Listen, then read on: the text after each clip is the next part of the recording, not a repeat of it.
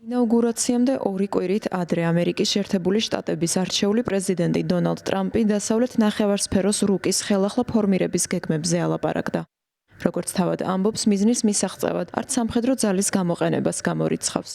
როგორც ზოგი საგარეო პოლიტიკის ანალიტიკოსი მიიჩნევს, ტრამპის განცხადებები მოწმობს, რომ მისი წინასაარჩევნო დაპირება კვლავ დიდებული გახადოს ამერიკა შეერთებული შტატების მიერ 10 წლების განმავლობაში გატარებული პოლიტიკის მიტოვებას და ტერიტორიულ ექსპანსიას გულისხმობს. ფლორიდაში მარალაგოს რეზიდენციაში გამართულ პრესკონფერენციაზე დონალდ ტრამპმა ჟურნალისტებთან საუბარში განაცხადა, რომ ამერიკის შეერთებულ შტატებს გრენლანდია და პანამის სრუტე ეროვნული უსაფრთხოებისთვის სჭირდება და რომ მზადაა საჭიროების შემთხვევაში ორივე ტერიტორიის მოსაპოვებლად სამხედრო ძალას მიმართოს. გრენლანდია ეროვნული უსაფრთხოების მიზნებისთვის გვჭირდება. ამას დიდი ხანია მეუბნებიან. ხალხი ამაზე დიდი ხანია საუბრობს. იქ დაახლოებით 45,000 ადამიანი ცხოვრობს. არავინ იცის, აქვს თუ არა დანიას გრენლანდიაზე კანონიერი უფლება. თუ ასეა, უნდა დათმონ, რადგან ის გვჭირდება ეროვნული უსაფრთხოებისთვის, თავისუფალი სამყაროს დასაცავად. ზამნელის გადასაცემად, რომ ამერიკა გრენლანდიას კარგად მოეპყრობა, არჩეული პრეზიდენტის შვილი დონალდ ტრამპი უმცროსი გრენლანდიაში ჩავიდა. მისი თქმით, გრენლანდიელი ხალხი დიდ სარგებელს მიიღებს თუ და როდესაც იგი ამერიკის ნაწილი გახდება.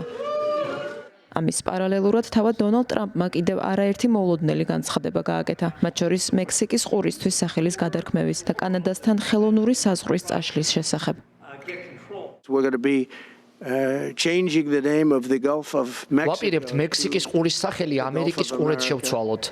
ლამაზად ჟღერს, ამერიკის ყურე დიდ ტერიტორიას მოიცავს. ლამაზი სახელია და შესაფერისი. კანადა და შეერთებული შტატები ეს ნამდვილად რაღაც დიდებული იქნებოდა. მოაშორეთ ეს ხელოვნური საზღვარი და შეხედეთ როგორ გამოიყურება. დონალდ ტრამპმა განმარტა, რომ კანადის 51 შტატად შემოერთების მიზნით სამხედრო ძალის გამოყენებას არ აპირებს, თუმცა მზადაა მიიღოს ეკონომიკური ზომები ოტავას წინააღმდეგ. მან კანადის მიერთების სურვილი სოციალურ ქსელში გამოქვეყნებული ფოტოთიც გამოხატა, რომელზეც ამერიკის და კანადის ტერიტორია შეერთებული შტატების ეროვნული დროშით არის დაფარული. თეთრ სახლში დაბრუნებამდე 2 კვირით ადრე დონალდ ტრამპის მიერ გაკეთებულმა განცხადებებმა ბევრს მისი პირველი საპრეზიდენტო ვადა მოაგონა, როდესაც ამბობდა, რომ რუსეთს წაახალისებს, როგორც სურს, ისე მოექცეს ნატოს მოკავშირე ქვეყნებს. ანალიტიკოსების თქმით, დონალდ ტრამპის იმპერიალისტური ხედვები მისი მცდელობაა ჩინეთის აღზევებით და გლობალიზაციისთვის დამახასიათებელი უთანასწორობით გამოწვეულ პრობლემებს გაუმკლავდეს. ამავდროულად, ბევრისთვის კვლავ ბუნდოვანია, რამდენად სერიოზულად გეგმავს დონალდ ტრამპი ამერიკის შეერთებული შტატების გაფართოებას, მათ შორის სამხედრო ძალის გამოყენებით. მისი სენსაციური განცხადებების სასურველი ეკონომიკური თუ პოლიტიკური დათმობების მისაღებად ერთგვარ ვაჭრობის ტაქტიკას წარმოადგენს.